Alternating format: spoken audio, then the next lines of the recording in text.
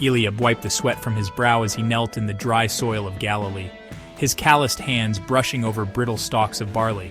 The sun was relentless, and the rains had not come. "Will the Lord forget his land?" he muttered, chastising himself for doubting.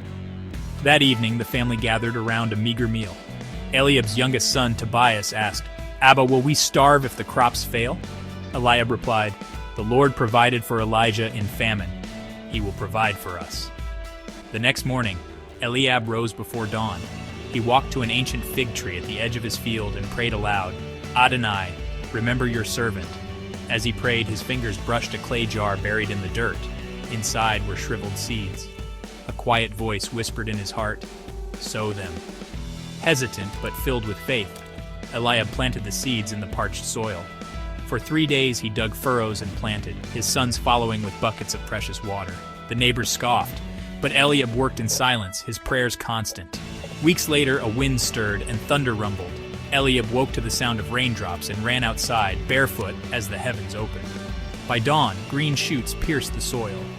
The villagers gathered, marveling, "A miracle!" When the harvest came, Eliab's baskets overflowed.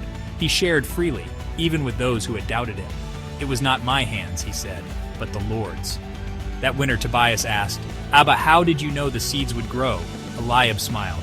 "Faith is like a seed, my son. Even when it seems dead, God gives it life."